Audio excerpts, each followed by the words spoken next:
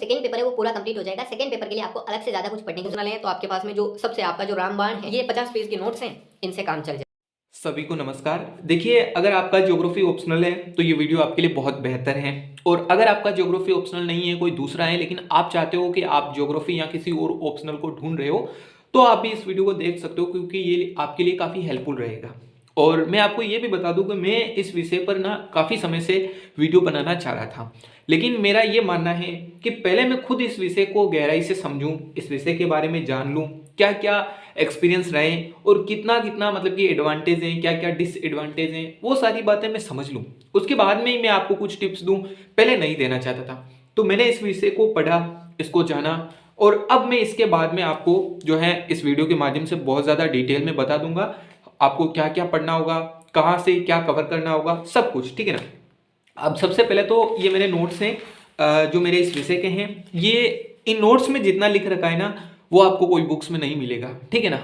बहुत सारे multiple resources से इसमें लिखा गया है, तो इसमें जितना डिटेलिंग के साथ बता रखा है ना, वो आपको जो आप इतनी सारी बुक्स पढ़ोगे ना, उनमें आपको देखने को नहीं मिलेगा। तो मैं ये आपको नोट्स प्रेफर कर दूंगा, लेकिन ये मैं अभी नहीं करूंगा। पहले आपको बुक्स पढ़नी होगी, उसके बाद में इनसे समझ आएगा। ठीक है।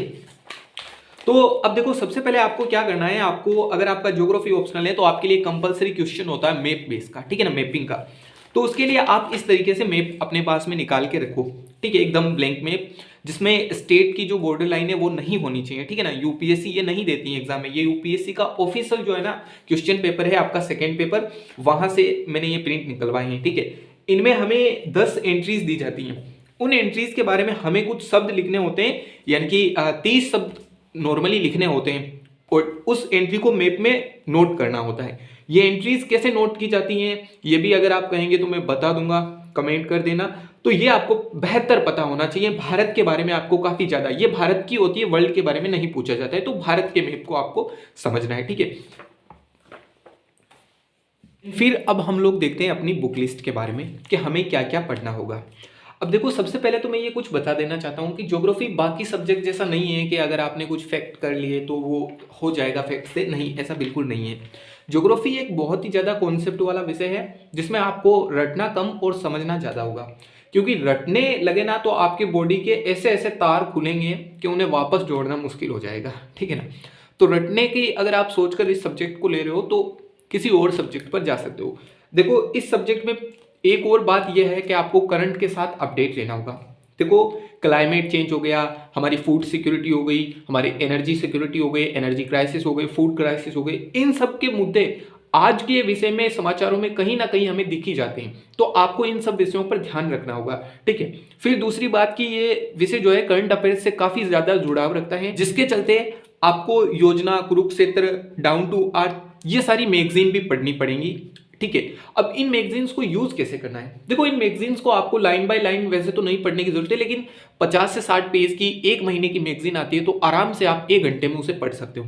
लेकिन फिर भी इतना ज्यादा उसको पढ़ने की जरूरत नहीं है, आप सिर्फ उसकी समरीज को पढ़ सकते हो। ठीक है। और उनसे अपने मेंस के लिए आंसर राइटिंग के पॉइंट्स निकाल सकते हो।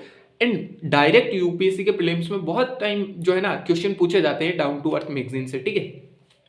फिर रही बात कि आपको हर दिन द हिंदू और इंडियन एक्सप्रेस से अगर आपके पर्यावरण से जुड़े हुए कोई आर्टिकल आ रहे हैं तो उन आर्टिकल को पढ़ना होगा।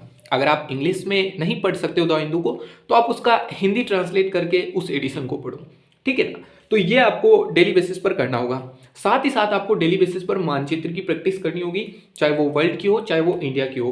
रीजन क्या है, क्योंकि हमारे जो ऑप्शनल सब्जेक्ट हैं, बाकी ऑप्शनल में शायद जो है मैप की जरूरत ना पड़े, लेकिन हमारे ऑप्शनल में हर आंसर में मैप की जरूरत पड़ेगी ही पड़ेगी। चाहे वो ह्यूमन या इकोनॉमिक ज्योग्राफी का क्वेश्चन भी हम क्यों ना लिख रहे हो, हम कहीं ना कहीं कैसे भी मेंशन कर सकते हैं उसमें। ठीक है। अब सबसे पहले देखो, हम लोग एक बार बेसिक को देख लेते हैं। तो अगर आपका ज्योग्राफी बैकग्राउंड रहा है तो आप इस 11th क्लास की जो भौतिक भूगोल के मूल सिद्धांत वाली बुक है, इससे स्टार्ट करो। ठीक है ना। इस बुक से, और अगर आपका बैकग्राउंड बिल्कुल भी ज्योग्राफी से नहीं रहा है तो आप जो है और भी नीचे जा सकते हो, यानी कि क्लास 8, 6, 9 उसमें भी जा सकते हो। ठीक है ना। तो इसमें आपको बुक को क्या करना है, बहुत ही ज्यादा डिटेल से पढ़ लेना है, इस बुक को अच्छे से समझ लेना है, 2 से 3 बार रिवाइज करके इसको पढ़ लेना है। फिर इसमें जो जो टॉपिक दे रखे ना, उनको स्टैंडर्ड सोर्सेज से पढ़ना है आपको इस बुक से। यह है सविंदर सिंह की फिजिकल ज्योग्राफी की बुक। ऐसी ही 5 बुक आती है उनकी। जब आप पेपर 1 को देखोगे, ये तो पता होगा पेपर 2 पेपर होते हैं हमारे, एक पेपर 1 एक पेपर 2। पेपर 1 में जब फिजिकल ज्योग्राफी देखोगे तो उसमें सबसे पहले आता है आपका जियोमॉर्फोलॉजी, उसके बाद में आती है आपकी क्लाइमेटोलॉजी, फिर ओशिनोग्राफी, फिर बायोज्योग्राफी, फिर इन्वायरमेंट ज्योग्राफी। तो सविंदर सिंह की ऐसी ही 5 बुक आती है।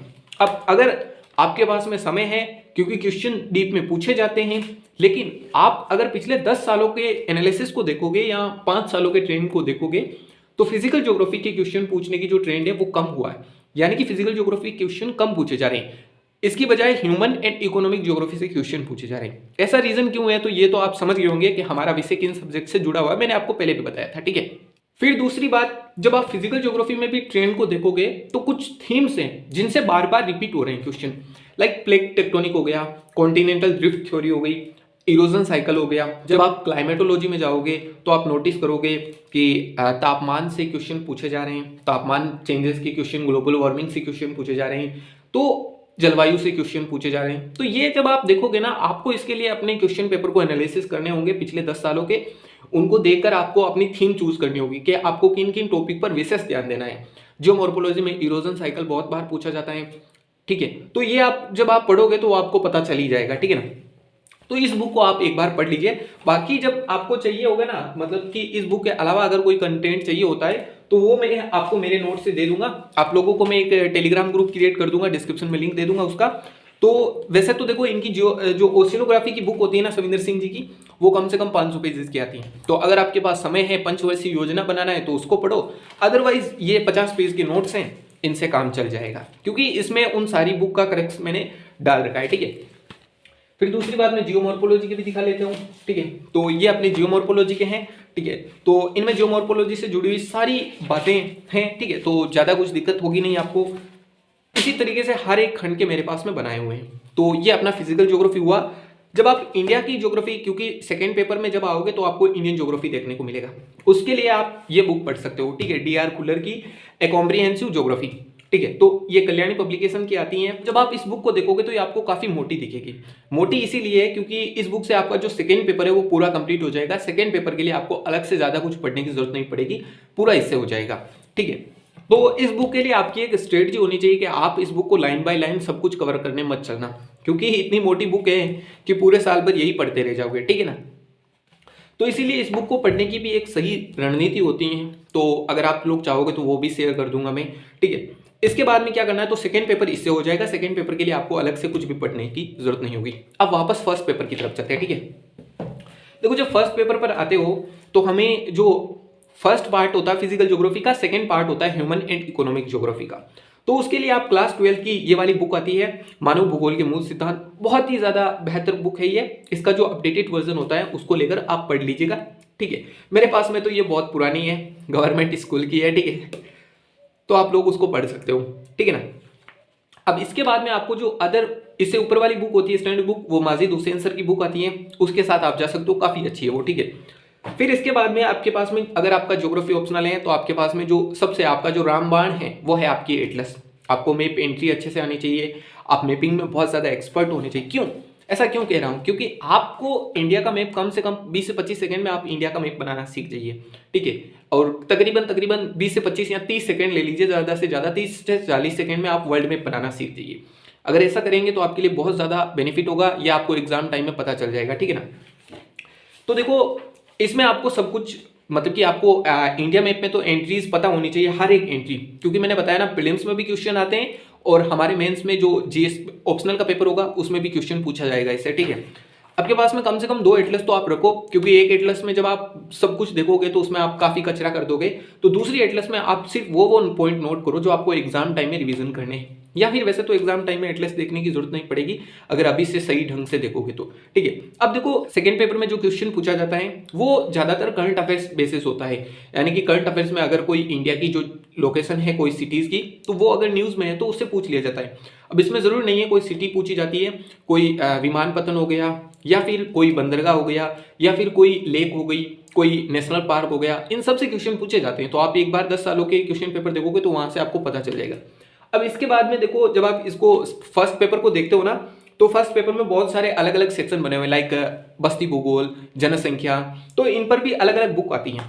ठीक है, जैसे कि ये बस्ती भूगोल की है, तो आप चाहो तो, क्योंकि देखो अगर ऐसे अलग अलग बुक पढ़ने बैठोगे तो आपको तो पंचवर्षीय योजना बन जाएगी, तो इनके लिए मैं आपको अलग से नोट्स प्रोवाइड करवा दूंगा अपने टेलीग्राम चैनल पर, वो आप लोग ज्वाइन कर लेना।